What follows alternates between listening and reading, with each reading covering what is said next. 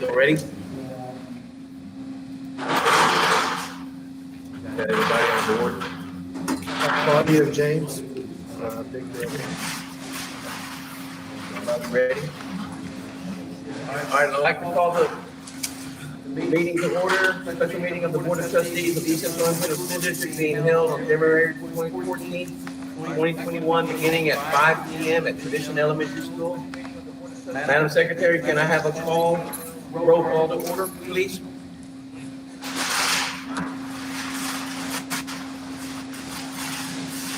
Del Brazil. Del, you on? Steve Bryant. Here. Victor Garza. James Mulkey. Here. Monique Pesses. Here. President, we have a quorum. Thank you, Madam Secretary. Let's move on to prayer and pledge. Mrs. Scott, who do we have today?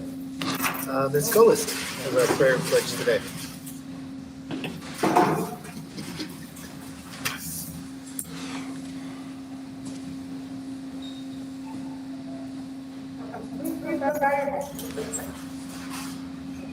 Dear Heavenly Father, we thank you today and for all these students and for their going on with you.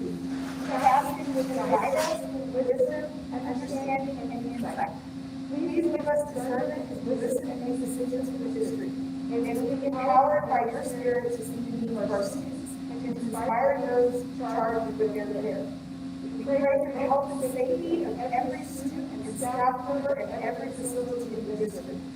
We ask that you bless them with the peace and comfort and give them overwhelmed. We thank you for something we ask and we will ask you to the prayers from our hearts.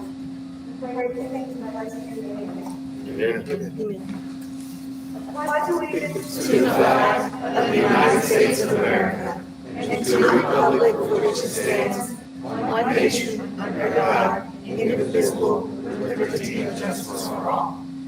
On the Texas flag, I pledge allegiance to thee, Texas, one state, under God, one indivisible.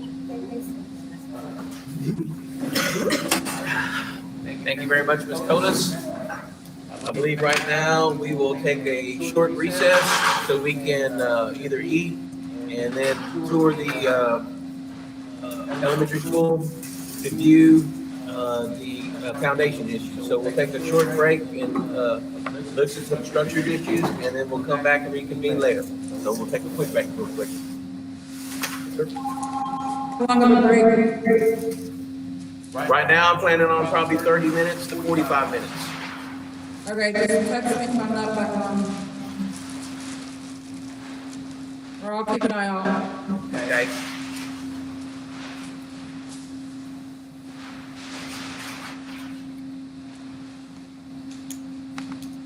We have,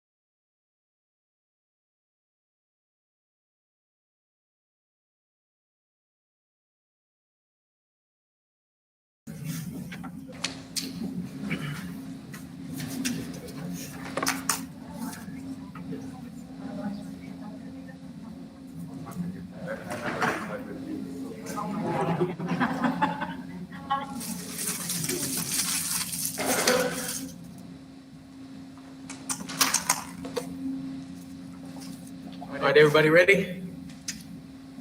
All right, we can come back after recess and move on to item 5, public comments. Ms. Cullis, no public comments? All right, that's great. And we'll move on to item 6, workshop. Mr. Toscano? Yes, sir. So trustees, we have our demographers from PASA here with us again today. Last month, they provided the board with a report, pretty comprehensive, I think you'd all agree, of their process that they utilized in compiling their study, and then ultimately some findings and recommendations. What we thought we would do tonight is have them come back, have Justin provide a very brief executive overview of what they discussed with the board last week, and then answer any questions that the board might have. So Justin, I believe, is with us this evening. So welcome, Justin. Good to see you again. Yes. Everyone? Yes. Fantastic.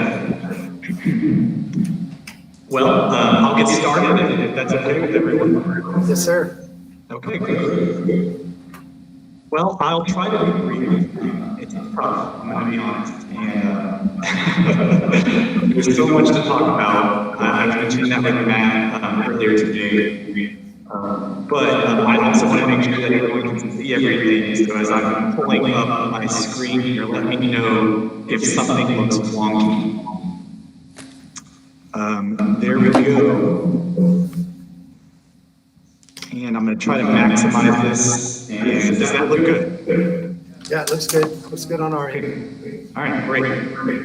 All right, well, first of all, I've cut out a lot. We heard from us just a month ago, but I do want to hit the highlights. And this is, of course, your growth rate over the last 10 years or so. And you'll notice, of course, you all know that you've seen less growth in the last few years. And really, a lot of that can be attributed not looking at this year, because we know what happened this year with the virus, but the last few years, there's been a lot of charter schools. And so I'll hit on that in a second. But you can see here, of course, we look at grade groups, and we don't just look at what's coming, what's up the pipeline. We want to know what your current student data looks like as well. And so, last year we had a lot of new pre-K students, we had a lot of new elementary students in various grades, and this year that's been nosedive with COVID. So we're hoping for a rebound next year, and I'll get to that in a minute. As for births, we're really continuing to see births tick upwards. You're already almost approaching 800 a year in the district. Just 5 years ago, you were below 700, and you were at about 600 about 7 or 8 years ago. So births are ticking up, and as new homes get occupied, they're mostly being occupied by younger families, and that's something to remember in a district like yours. I call your district a pioneer district. It hasn't typically been a district for home building, for people to move into. That's been more reserved for the northern half of San Antonio.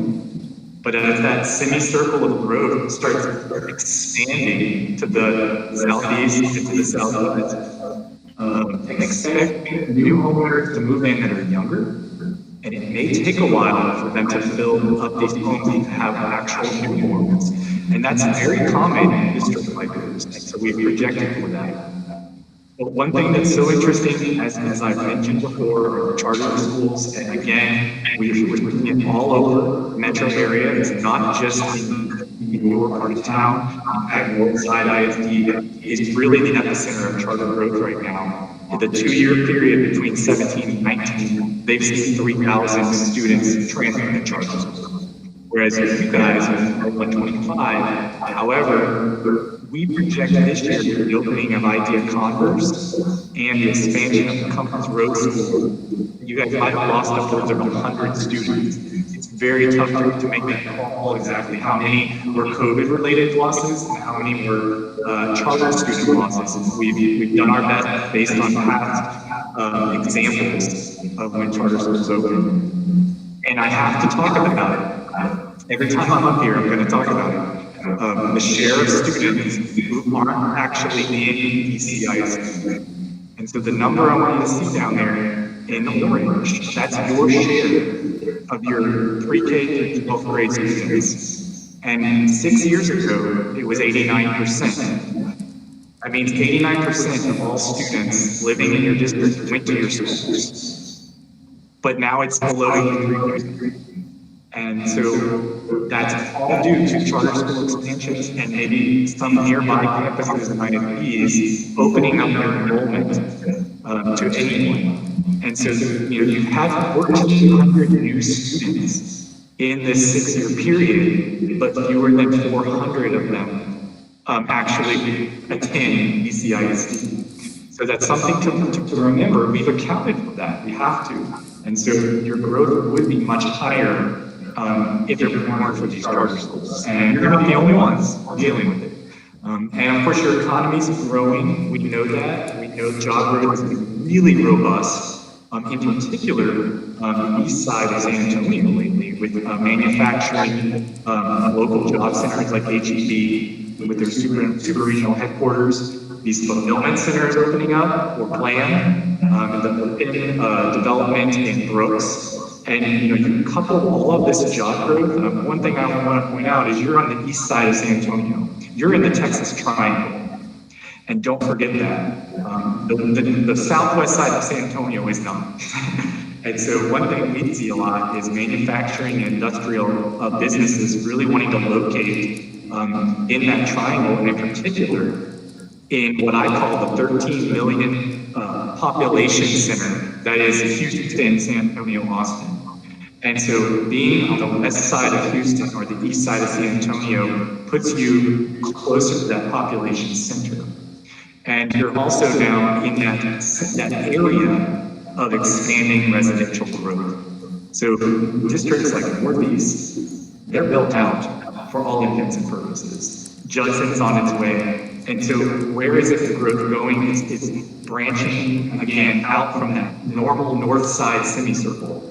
And places like Medina Valley and East Central are in its path. So with these historically low mortgage rates, what we've seen are home building, it's really basically gone gangbusters. And I believe I just looked it up, 15,000 new home sales in San Antonio Metro in 2020. And what I do want to also mention, we are in a period with these low mortgage rates where we're seeing a lot of people decide to buy those homes, now they can. So you have to remember that as well. We are seeing a very, very robust market at this moment, but you're also in an area that's seeing a lot of development just because that's the natural path of it. And everything in orange here, right on your screen, is the San Antonio ETJ, or the San Antonio city limits, which is pretty much about 3/4 of your school district, where there are really very limited density requirements in the ETJ. As long as utilities are available, and we know that SAWS has expanded that capability out to the east in 2 directions. You're going to continue seeing builders take advantage of that capacity and of a little less regulation or influence regulation we think heavily due to lot size requirement. So that orange area is really where most of your growth is occurring. And this was my favorite chart I showed you guys in December. It shows the actual housing starts in purple over the last 10 years. And you can see it in the last 4 years. Look at that increase, going from fewer than 500 to basically 1,000 in 2019. And so that was 2019. I can tell you right now, let's look it up. When we grow your district, one of our employees drives every single subdivision in every one of our districts. When he drove, we have to get an accurate count of how many homes are under construction, how many are occupied, so we know how many students are living in every home to get that ratio that we talked about. But when he drove, he found 600 in the top 10 subdivisions, top 10 active subdivisions, basically 688 houses available or under construction. You add in a 324 unit apartment complex, and that means in October there were over 1,000 housing units available or under construction in East Central. That's a lot. So for a district that just 4 or 5 years ago only had 400 housing starts a year. So looking at those housing occupancies, this is the very first year. This is essentially what's under construction today. These hot spots are pointed out on this map, and you can see the majority of the hot spots are in that far north area of the I-10 corridor. That's where you've seen all these new developments, of course. And 6, 7 years ago, these developers weren't here. You may have had 1 or 2 that came into the area 10, 15 years ago, thinking, oh, I got a steal on some land. But they never really moved on it, right? So we've seen a few of these new developments kind of stumble out over the decade, of course, after the last recession. But the difference today is that every home builder, every developer in the nation wants to be in the area. And so with all these homes under construction, with all the new folks moving in, and by what I mean by that is the new developers moving in, your district is essentially becoming a place that people are recognizing as a place for new construction and new home building. And once schools and retail follow, it will just continue even at a little bit more dramatic pace, most likely. So these are the hot spots today, mostly in the southeast and in the far north. That's just 1 year of projections by our planning units. But of course, that growth in the north, outside the St. Hedwig city limits, even in the St. Hedwig ETJ, we're seeing very dense development because they don't have control over it. But the Arcadian is that SARA development. So they help fund that. It's a lower income apartment complex that is currently under construction with over 50% free and equal bedrooms. So that at the northwest corner of 1604 and 10. So that's driving a lot of our growth in 2022 and 2023 when that opens. With 55% free and equal bedrooms, I guarantee you're going to have a lot of students, especially if they're getting a little bit subsidized rent. I can tell you they're gearing it up for children. So that area, along with all those new housing subdivisions that are just single family, which is the majority of your growth, that's the area to watch out for in the north, the 37 corridor and the 181 corridor. It's a place to watch. That's where a lot of your growth is occurring today. We've got about 5 developments in the early stages of churning dirt, essentially what I would call it, in that area, and even more in the planning stages. There's one that I just learned of from your possibly future land broker, someone in the district's been talking to, on 181. And so these things are going to keep popping up. And so we can't forget about that. They won't happen right away. It takes a while for them to build, but it's things that think about the future. And of course, tracks like we know the gate track, 87, Ranch at Elmendorf, all of these developments are planned for thousands of homes. But we're very conservative. I want to get that point across. Just because the Ranch at Elmendorf is planned for 3,400 lots and D.R. Horton might actually purchase the land, doesn't mean that even half of them will be developed in this 10-year period. We know these developers, we know how quickly they move, and if they tell us they're going to build 300 or 400 a year, I know that's not likely to happen. And so that's something we think about as well. I can guarantee you we've been very conservative in this district with projected housing. So looking just in the first 5 years, you can see how hotspots expand outward, not just around I-10, but we start seeing more development along Abbott Road, around 1604, on land tracts that are currently in contract to developers or currently being. And then this right here, it's just the top developments that we see potential for the most growth. It's only about 20 long. These aren't even developed. Some of these are just land tracts that we have available. But anyway, the bottom line is, in these 10 years, we're projecting just over 10,000 occupancies in these neighborhoods alone, which really makes 3/4 of the 17,000 single-family occupancies we're projecting period. So these are really where everything is meant to be headed. This is where the main focus is, all of these development and land tracts. And this is the 10-year map. Of course, you can see how there's even more expansion out from these current hotspots. But tracts like the Gateway tract, the typical development, and land tracts also have been developed, country grid within as a handful of thousands.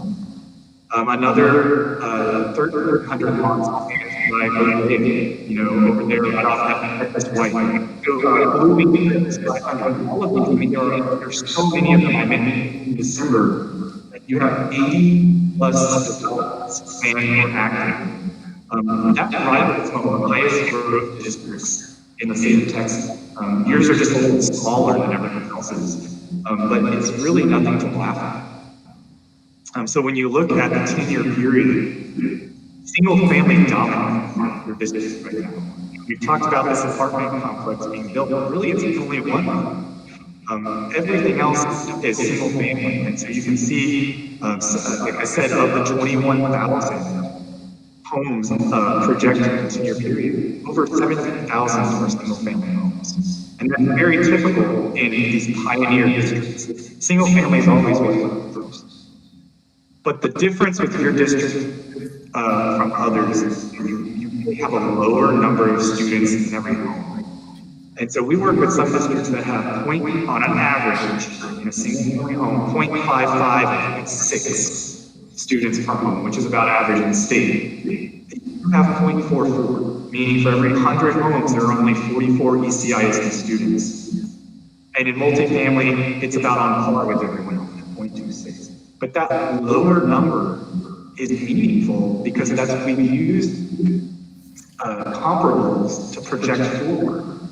And so, if you had higher rates of enrollment, we'd be projecting much more with this kind of robust housing, but we're just not. And so we have not over-projected in terms of students, I guarantee you that. But what will happen, over time, these new neighborhoods that right now maybe only have 0.3 or 0.4 students per home are their density is going to increase, especially if new schools are built in the area with new housing growth. As people have families have more baby, they moved into starter. That's not how they get their tenure in their house. They of course end up having children, most of the time. So looking in our partners, 2021, we're having to account for what we call the COVID resurgence, the COVID rebound, whatever you want to call it, it's going to happen. As we mentioned this in December, and really nothing's changed. We still don't know exactly. Maybe everyone who left due to COVID, we have to assume most of it will be next year. But if we've assumed a good portion, a quarter of it could also extend into 2022. It really depends on how everyone's feeling come August and September, how much vaccine can be rolled out in that time period. We just don't know yet. It's becoming clear, I think, every day that it's going to happen sooner than later. And hopefully we're going to get back to some sort of normal way of life in the next maybe 4 to 7 months. So what we're hoping is that still 2021 is where most of the rebound happens. So that's really where most of your growth is, just because you lost 400 plus students, almost 500 students due to either COVID or charter schools. But then starting in 2022, housing growth really starts to increase. And again, in 2022, a lot of that growth is just due to that one apartment complex, the one with those 3 bedrooms. But then after that your growth really starts to tick up.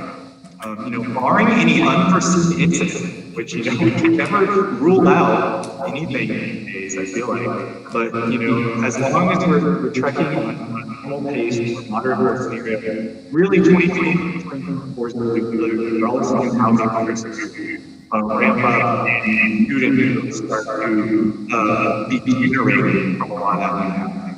So that by 2030, we could be looking at enrollment basically about 7,000 students higher than you are today. I'm assuming you're basically about 10,000, with the COVID laws. So, a lower growth scenario is much lower, and that's really due to the uncertainty of what charter schools are going to do in the future. We've assumed that they will continue growing at a similar pace.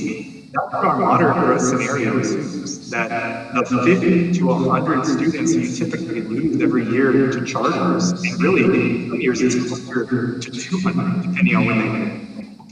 But we've assumed that will continue for the most part. Now, if you're expecting more charter school growth inside your district, then you might be looking at a lower growth scenario. Same thing if really the economy takes a nosedive and you lose 50% of your current construction, or maybe a couple of really big developers back out. But right now, with all these homes under construction, and I can guarantee you, no one's, it might stall if we see mortgage rates in 3 years, but they've all gone.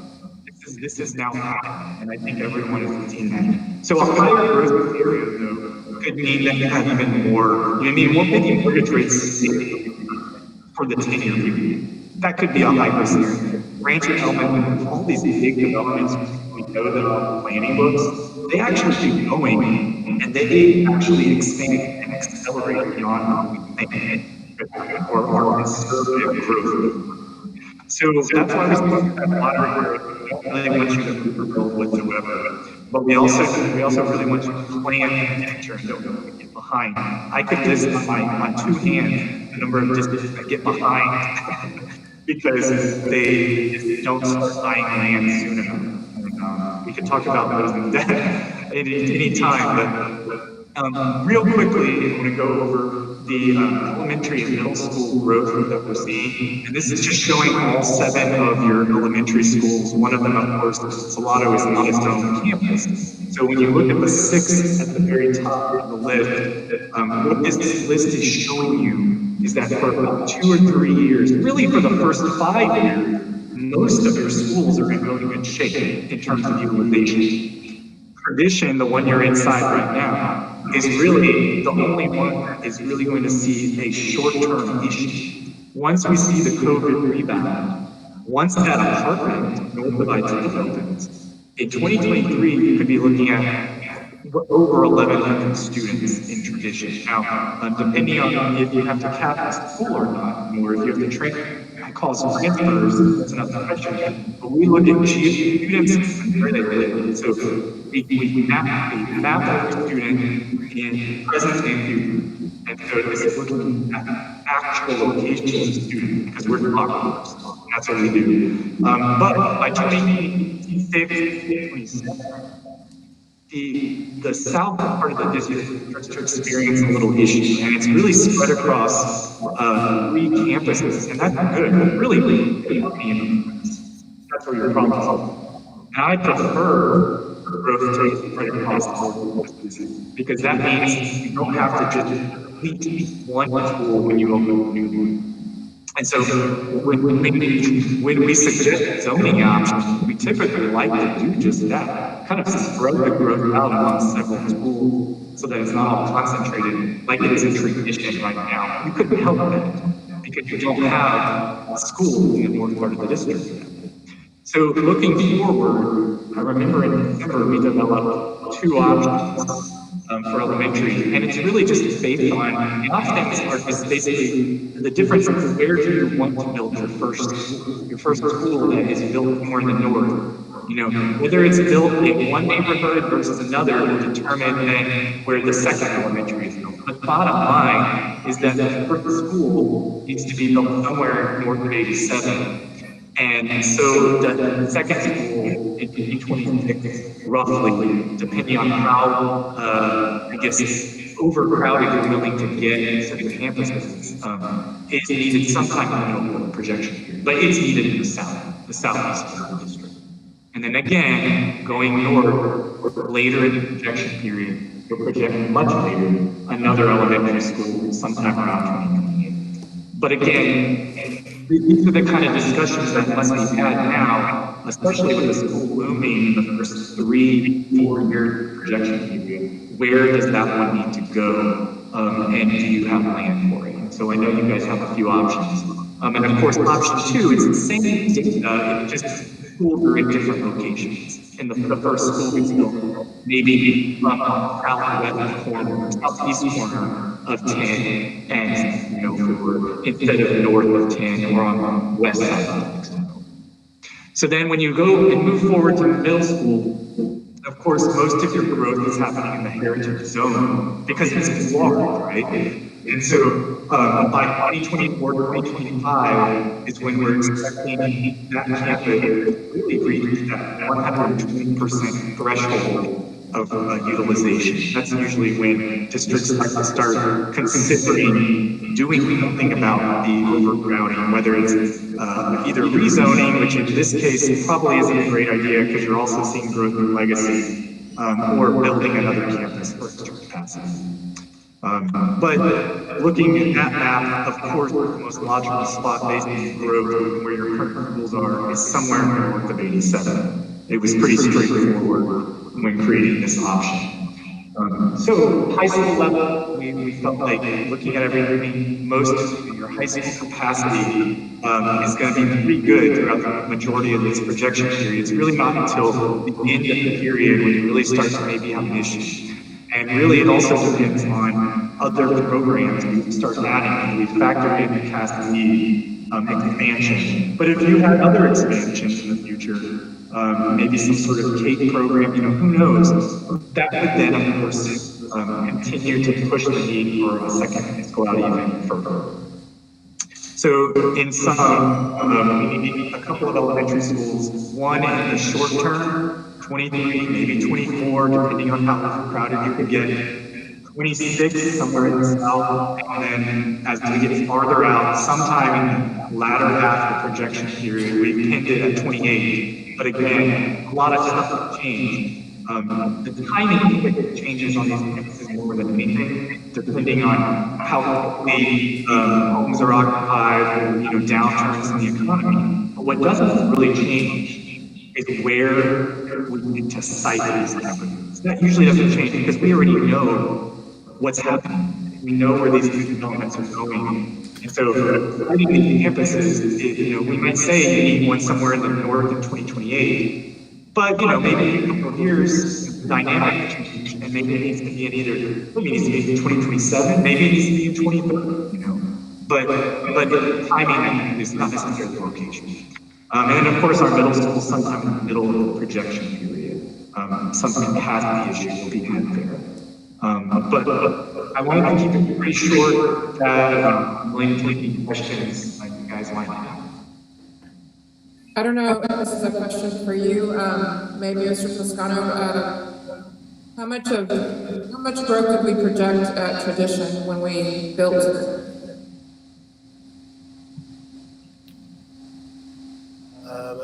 I think it's being occupied at a rate that we expected.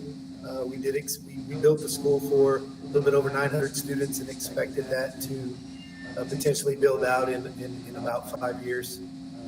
At the time, based on our demographic study that we were working from in 2016. Okay. Pretty consistent with what we're seeing today.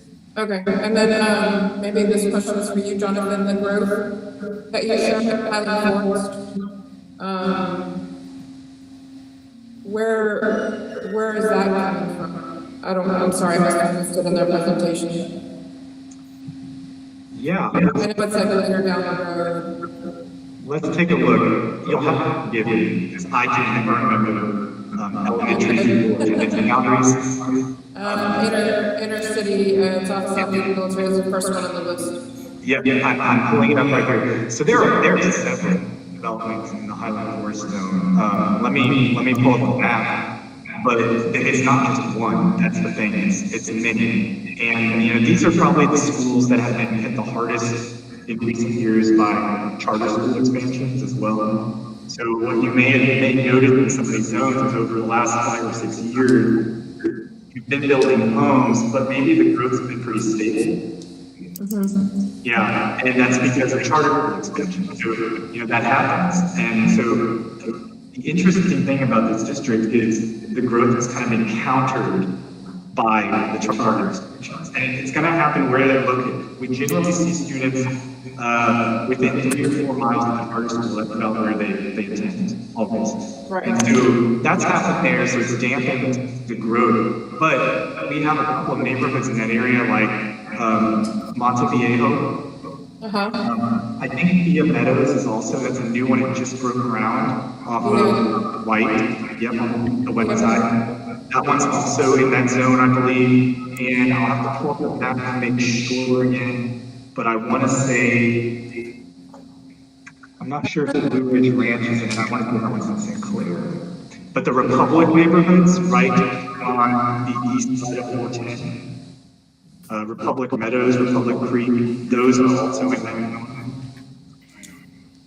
So there are about 3 or 4 neighborhoods in that zone, and one of them has just broken ground. But those are off of 410, aren't they? Correct. So would those be Highland Forest, Mr. Toscano? They would be. Highland Forest is a little bit of this is also east of 410. And I think Via Meadows is actually not in Highland Forest, now that I'm looking at it, it's in Pecan Valley. Yeah, that's so really the growth has been Monteviejo and the Republic neighborhoods on the east side. Do you mind sending me that map of the Blue Ridge Ranch, Republic Meadow, and, well, I know Monteviejo is, but I can't think of where those, I haven't seen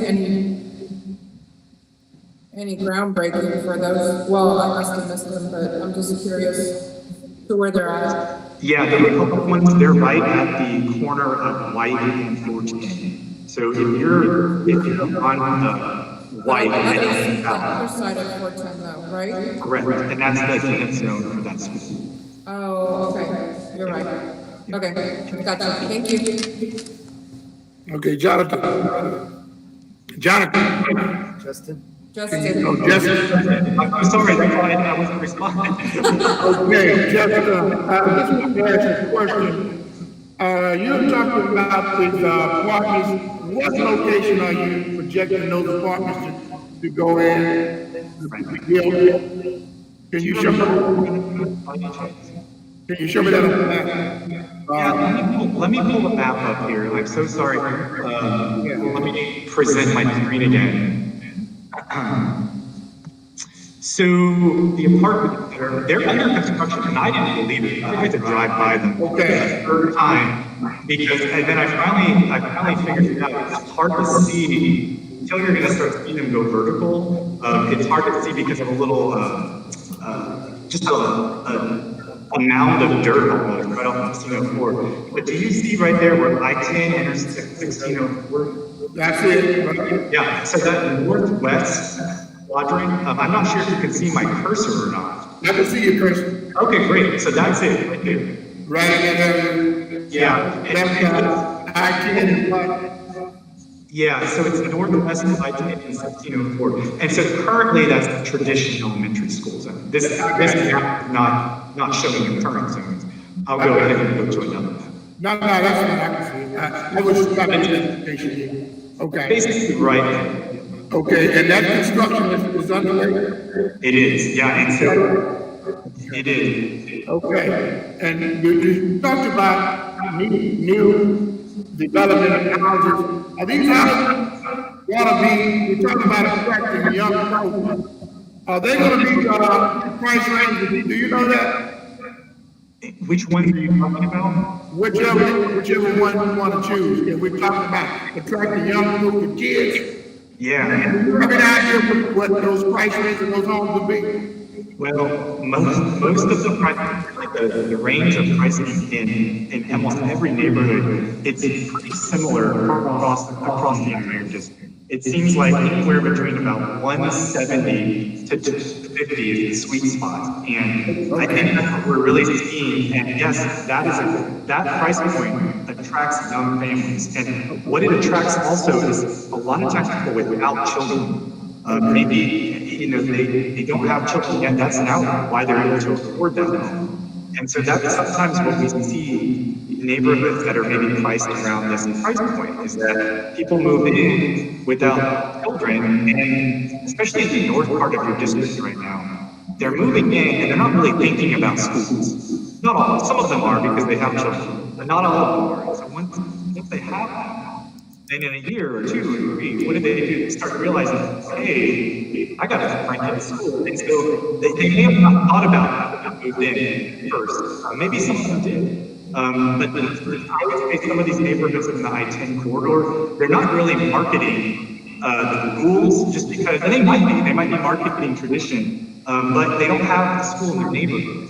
So it's not driving the growth yet. But I can guarantee you, once a school does get built to the north, and inevitably it will, whenever you choose to, the growth will kind of snowball from here, because all of a sudden the school will be a little closer to everyone, not 4 or 5 miles away. So that's something we thought about when we put all of these projections together, that we projected for more younger cohorts to actually be in the population as time goes on. Okay, I got it.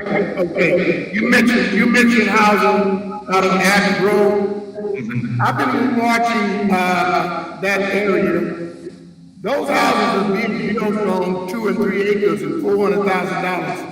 I don't know how we're going to attract young folks to that area, you know? So can you see where my cursor is? Hold on, let me go to another map right here.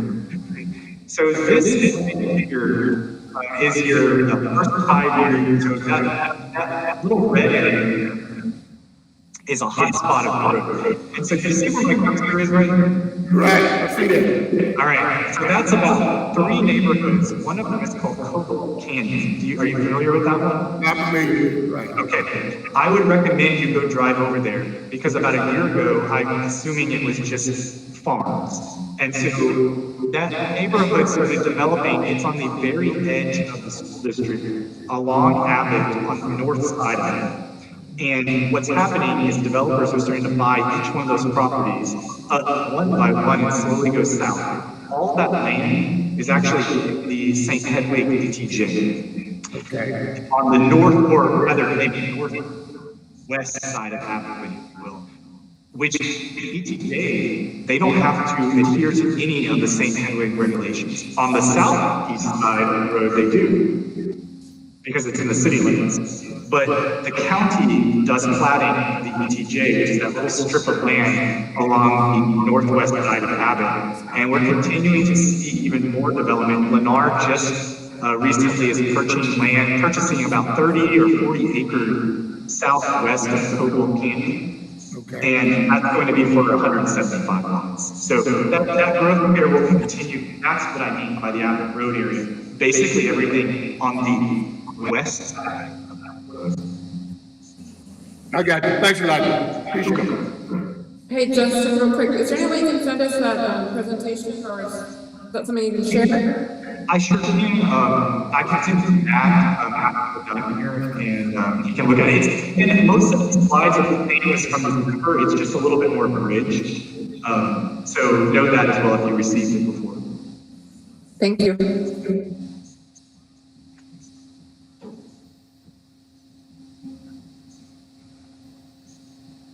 Justin, I got a question. Is there any, did y'all use any data if there was a downturn in an economy in the next, say, 2 to 6 years in your data? Is there any consideration for a downturn in an economy? Yeah, there is, and I mean, that's the thing, you never know, like, and so it can happen, and it can happen in a heartbeat, and, you know, we saw that happen years ago, back in 09, 10, it happened everywhere, and but there's a difference today, and, you know, we can talk about it, but the low growth here up on the screen, you can see it, a low growth considers that. It considers really big changes. 3, if you will. One is more charter development inside the district, basically an acceleration of charter development. So we've already assumed in the moderate growth scenario that charter schools will keep building kind of on the outskirts of the district, you know, at the same pace they've been.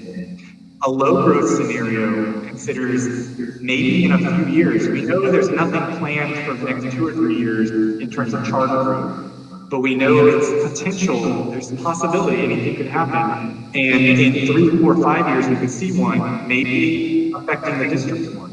We could also see, let's think about mortgage rates increasing. And then you just have fewer buyers out there as well. So maybe that would be, let's say mortgage rates increase maybe back to 4% where they were several years ago. It would slow some of this development, especially in some of the housing you're seeing in East Central. But I'll tell you this, the takeaway is that things are really geared up here. And what we normally see in these pioneering districts, once it takes off, which I would say it's taken off, once it takes off, you might slow down, but it's not going to stall. What we saw 10 years ago, we saw real stall for 2, 3 years everywhere, and it was really, really across the board, mainly at houses, lower than 400,000. But it was really across the board because of just the subprime lending and the entire economy kind of crashing all at once. But today, there's really not a huge sign that can and we're not in that same subprime situation that we were back in the day. Really, what's driving the market today is job growth. That started with the numbers in San Antonio picked up about 2 years ago. And so that was where, and then of course the transition of growth heading out of districts like Northeast and Judson, because they really just ran out of land. That's really what happened. So these residential developers had to start looking for new areas, and your district was one of them. But let's go back to your original question. And let's say that, there is a slowdown in the economy. We've essentially factored in that maybe a 25 to 40% slowdown in home construction and home occupancies could result in that lower growth scenario as well. But that's also thinking, maybe another charter school moves in too. Maybe one of these big developers just never gets off the ground. So yes, we have. Thank you, appreciate it. But let me also say this, if you look at the low growth scenario, it's in chapter 4 of the report, even in the low growth scenario, there's a demand for 1.5 to 2 elementary schools based on your capacity. So that's a little bit of a concern, you're going to need something. And remember what I said earlier, when things change, typically what changes is the timing. The location, the area of focus doesn't really ever change. So that's something to think about, especially for the long term. Thank you. Does anybody else have any questions? I think we're done with all the questions. I do appreciate your time. You bet, and we're always here to answer questions. I think this is a very, I'm nervous about East Central. I have been ever since we started. This is the growth that's really come up. We're dealing with several districts right now where I call you pioneer districts. And when it happens, it can be a very challenging thing going from, you're lucky, you're ready, your grade levels are ready for it. You've reconfigured everything and you're set. I'm dealing with districts with twice the growth, and they're still under their whole grade configurations of, say, 1 to 4, 5 to 6, 7 to 8. So you've kind of got a leg up on that, I gotta say. Appreciate it. Thank you so much. You bet. We'll be in touch, I'm sure. Thank you, Justin. Okay, also trustees with us tonight is Victor Quiroga with Specialized Public Finance. We've asked Victor to prepare an analysis for the board of bonding capacity, tax implications should the board move forward with a bond program in the future, just to bring the board up to speed of our current debt, as well as our current position as it relates to future bonds. Victor, welcome. Thank you.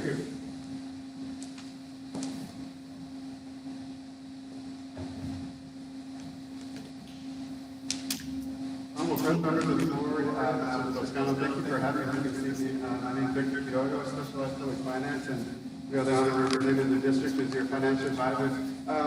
Based off of the reports that has been shared with you recently, Mr. Toscano asked us to run some what-if scenarios regarding various bond amounts. And so we prepared a very brief presentation here for you to let you know what positions the district currently is in and what kind of capacity we have for additional bonds in our debt portfolio.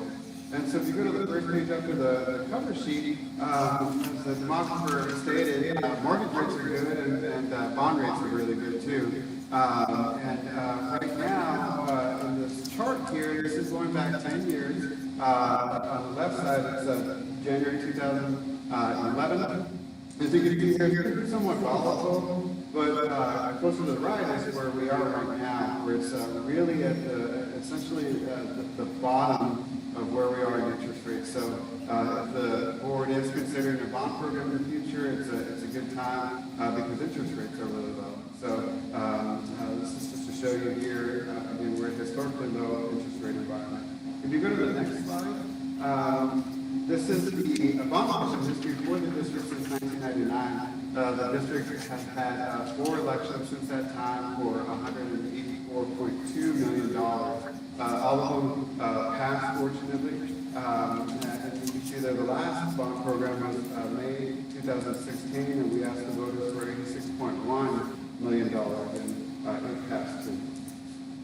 If you go to the next slide, this is the district's currently outstanding debt that we have right now. We've refinanced some of these bonds, so there's multiple issues here, but in total, the principal amount that's outstanding for the district is $116.6 million.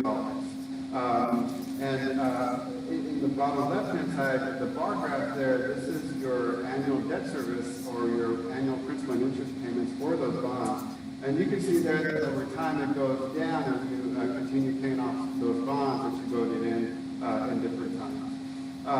And the right side, that's just something that we use just to continue to monitor the district's eligibility for any refinancing opportunities like we did in 2020, where we refinanced the bonds and saved the taxpayers about $1 million in interest costs. And so the district is in very good shape, because if you go into the next slide, this is a summary of some analysis that we ran for the district. And these are all what ifs. These aren't saying that you need to do one or the other. But we wanted to show you, starting with a $100 million program, what that impact would be to the taxpayers. And then we also ran an analysis on the far right there that shows you your maximum bond capacity.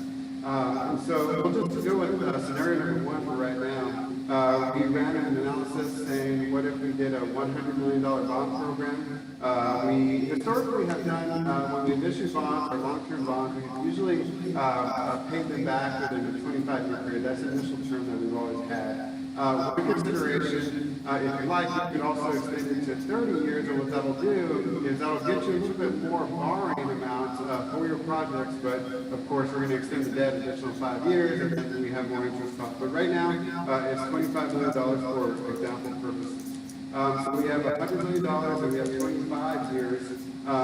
Currently, the district's INS tax rate, this is the tax rate that you use to pay your annual principal and interest payments, is 21.6 cents per $100 If we were to do a $100 million bond program, that INS tax rate would go up by 9.78 cents.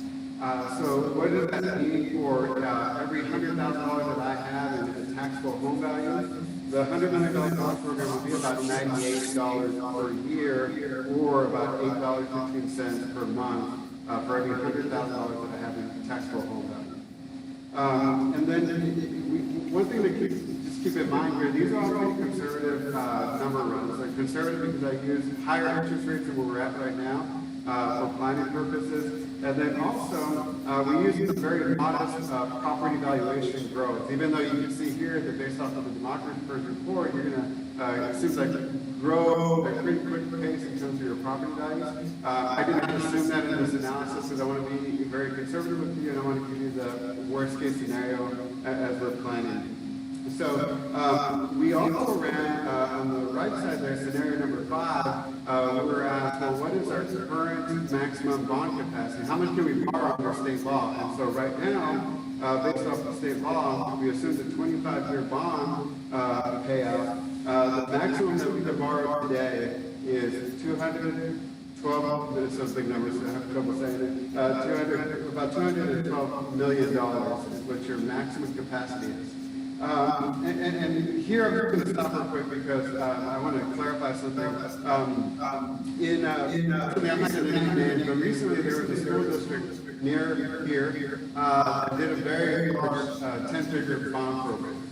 And they indicated it was in the news and everything that there was not going to be a tax rate increase. And so we got a lot of calls from many of our clients. I've heard there's none in here, but in other areas of the state. So how are they going to do that?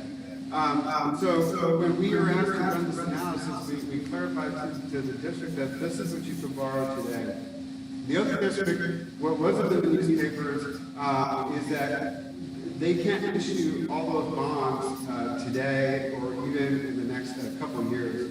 That program that the district did, they can't issue all of that debt until probably about 15 years from now.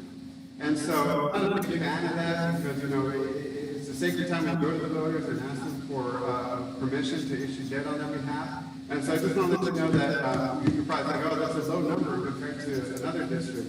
But this is an actual number. This is a true number. If we were to go out today based on your current property values and current state law, we could issue up to $212 million in bonds. And so I just wanted to clarify that just because I know it's been in the news and it's something unique, but what it wasn't in the newspaper article is that they can't do that today, next year. They have to do that over a 15 and 20-year period for that bond program. So the other thing to keep in mind, we always tell our clients is that any bond review, if the homeowners have the over 65 homestead exemption, they won't be impacted by this bond program. So this is for your homestead plus 20 acres around that homestead will not be impacted by a tax rate increase by a bond program. If you go to the next page, I'm not going to go number here. But this is just to show you how we prepare this analysis. So we had about 10 of these that we prepared for the district. And so this is showing your current maximum capacity. This is how we build the models. So on column A there, that's your fiscal year end. Column B is your freeze-adjusted assessed valuation of your property values that you use to set your IMS tax rate and collect those taxes. And as I talked about before, in column C there, we've been pretty modest with the projection of your growth for your property values. Over the next 6 years, my model, I'm projecting that we're going to grow 5% per year. Recently, we've been growing more than that, especially this current year. And then after that, it's conservative too, in that in 2025 and beyond, I'm just assuming a 1% property value growth.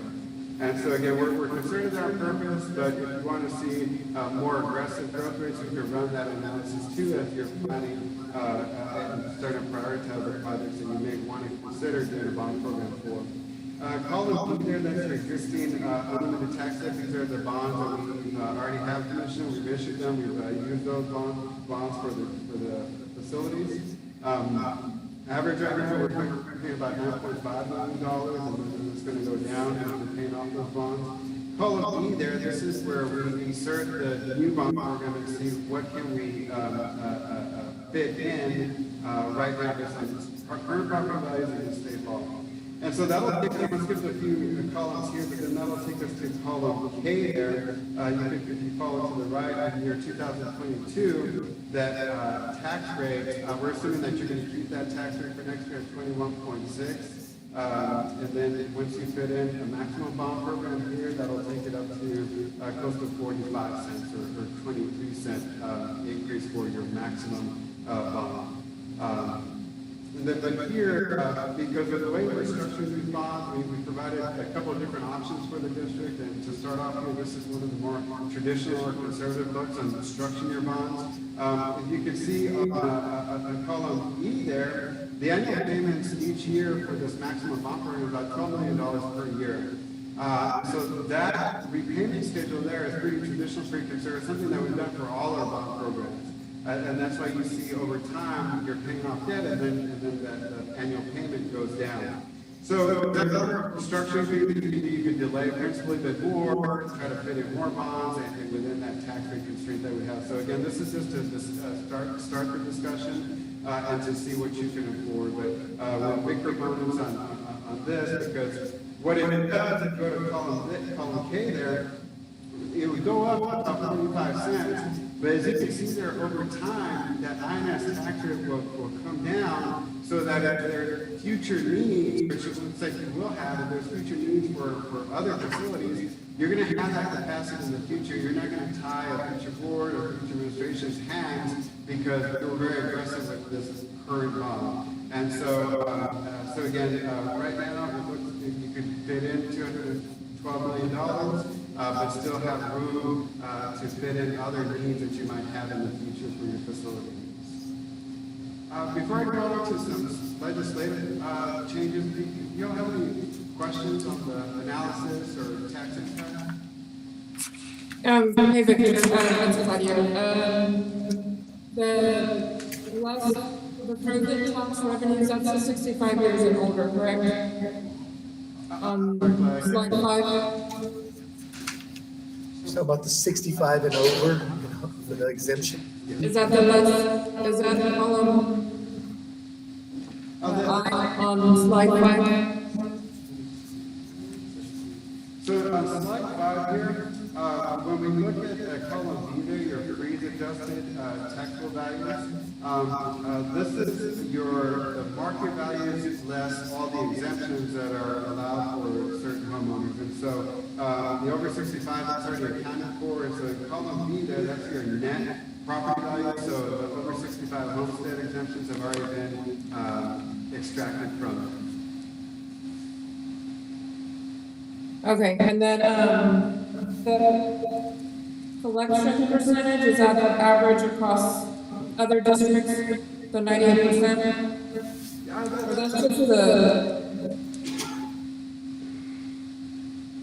That's just the collection rate, right? What the city or the tax assessor collects? Yes, exactly. So when you're budgeting, a lot of times we use 98% tax collection there when we calculate your tax rate and determine how much you're going to collect. So 98% is a pretty good number that most school districts will use. Some, depending on their history, will use less than that, and some that are really good at collecting the taxes will use more than that. But 98% is pretty average for planning purposes. The over 65, you can see on the far right column, the column L, for this particular bond program at your max level, that 23% tax rate increase, this is where the over 65 homesteads that have that exemption, they won't feel that. Okay, and then with the current state of our economy, I mean, is this bond feasible? I know it's, what did you say, $98 per year for every 100,000? That's just my concern. I know we're growing, but my concern is just the state of the economy that we're in right now. I know $98 may seem like nothing for the year, but have y'all considered, are we gonna consider that before passing this on? Yeah, so tonight is just about information for the board discussion. Yeah, this is associated with a bond program or decided. I just want to make sure we do take that into consideration, which I would hope we all do.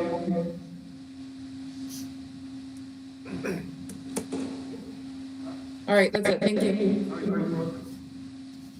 Well, it's okay, I'll just go on over to the next slide. In the last legislative session, there were some changes, and each legislative session, us as the bond industry are always concerned because what we've seen is the state legislators are continuing to try to make bond elections or bonds in general for school districts and other entities harder to do. And so they, little by little, putting these restrictions on, you have to just do another obstacle, and it's just making it harder for school districts to do bonds. The recent legislative sessions, or the most recent changes that they did, was that if you're presenting a bond to the community, we have to separate items that aren't related to academic or instructional facilities. So if we wanted to even do repairs to a football stadium, you're not building a new football stadium, but even if you're doing repairs to them and you want to do a bond for that, you have to do multiple propositions. One proposition was just be focused on your instructional facilities, and then the second proposition that they require us to segregate is going to be related to stadiums, natatoriums, any other recreational facilities that are used for competitive purposes. If you're building a gym, but it's close to a school and you're still going to use PE or do PE for that with that gym, then that's okay. You can combine it with your instructional facilities proposition. Some districts in other areas do teacher housing, and so that has to be separated. A performing arts facility has to be separated. So the first election where we're subject to these changes was this past November. And this was going to be May, but all those bond programs were delayed because of the pandemic. But they're effective. I mean, most of my districts, if they had an athletic proposition separated because of the state law, probably about 90% of those in the state failed. So the legislators kind of got their wish, and that's what they're trying to do. They're trying to limit school districts from, financing athletic programs and things. So that's one thing that we'll have to consider as we're planning. The other thing, and this is only for school districts here, item number 2, they didn't do this for cities or counties when they do bond elections, but here, for school districts, when they have the proposition, you're going to be asking them for a dollar amount and a general description of what you can use those monies for, like we've done in the past. But now we have to include an additional sentence, and it has to be in caps. It has to read that this is a property tax increase. Some districts have issues with this because if they're doing a no tax increase for whatever bond amount, they still have to do this. And so again, it's just another obstacle that the legislators put in front of us if we're going to consider a bond program. The third one isn't too bad because we already do that anyway. You do information brochures to let the community know that you're doing this program. It's going to benefit certain facilities and it's going to come out of a certain tax rate. But that's a voter information document that we have to do in addition to everything else. So those are the main changes. Of course, the legislators are about to meet, and so there could be potential other changes. Because again, each legislative session, they're just continuing to try to make bonds harder to do and harder to pass. So the last page here, ladies and gentlemen, this is the election cycles. As you know, we review elections twice a year on uniform election dates. The next one for 2021 is May 1st, 2021. The one for November is November 2nd, 2021. If you wanted to present a bond program on that ballot in November, the board would have to call that election no later than August 16, 2021. In order to call that election, all you would really need to know is the dollar amount or bond amount that you want to ask the voters for, and then a general sense as to what those projects are going to be that you're asking the voters to finance with bonds. I'll be happy to answer any questions you may have.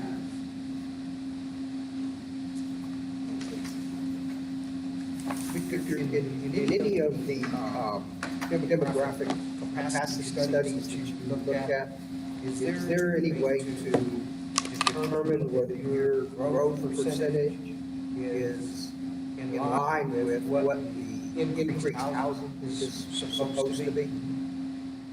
I can tell you that it's not. Mine is pretty conservative. on purpose. At 5%, that's modest, even if you weren't having all this residential growth development. So it is pretty conservative already. So my number for sure on the property tax rate, property tax growth. That's not really mirroring the information that you're presented by the market. So what we can do is observe and see, if y'all are comfortable, I can increase that growth projection. I'm only projecting 5% growth per year for the next 3 years. We've grown more than that, especially this year. And so what that will do, it's a kind of inverse relationship. As our property values go up, our tax rate will go down, and then it increases bond capacity. So here, this is kind of worst case scenario in terms of the tax rate calculation, but no, so to answer your question, it does not mirror anything at all to the demographic study. Much more conservative. That's good. Any other questions? But just to end, y'all are in a very great spot. The board made in previous years made very wise decisions with your bonds, and so it puts you in a position where you're at right now where you could afford quite a bit of it. Thank you very much, Victor. Appreciate Thank you, it. Victor. All right, that closes out the workshop portion of our meeting today. Yeah, we'll take a quick break. Yeah, we'll take a quick 10-minute break, real quick, and then we'll come back.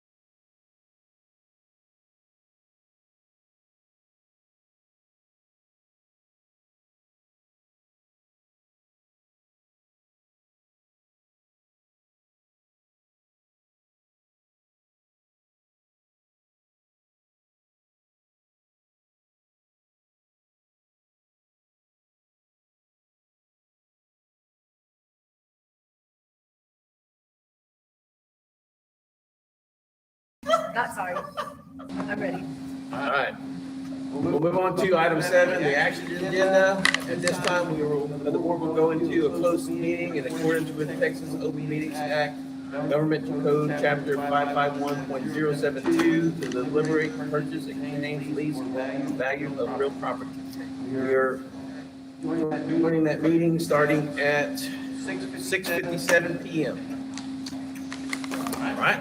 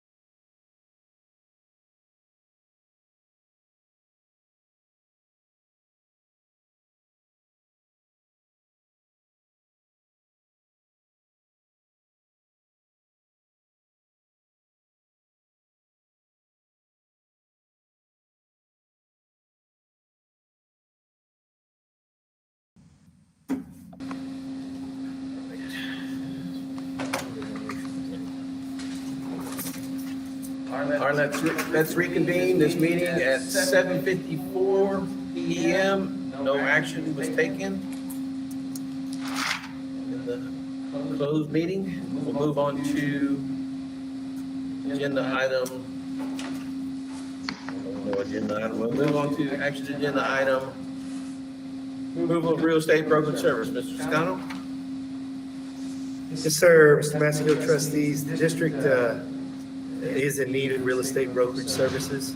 Under Texas law and board policy, competitive bids should not be solicited for professional services contracts for these professional services and shall be made on the basis of demonstrated competence and qualification to perform said services for a fair and reasonable price. Staff is recommending the consideration of Sullivan Commercial Realty to provide real estate brokerage services for the district. So, Mr. President, I recommend board approval to retain the services of Sullivan Commercial Realty for real estate brokerage services. We have a recommendation from the superintendent. Do I have a motion? Mr. President, I move to authorize the superintendent or his designee to negotiate a contract with Sullivan Commercial Realty Services for brokerage services for the district. I have a motion from Mr. Steve Bryant. Do I have a second? I have a second from Monique Creases. Is there any questions, concerns? No. All in favor? Aye. All opposed? Motion carries. We can move on to item 8, adjournment. All in favor? Aye. All opposed? We are done. Good night. Good night, everybody. Thank y'all, appreciate it. Good night. See you next, Bye. hopefully in See person. ya. Yeah, next time. Bye.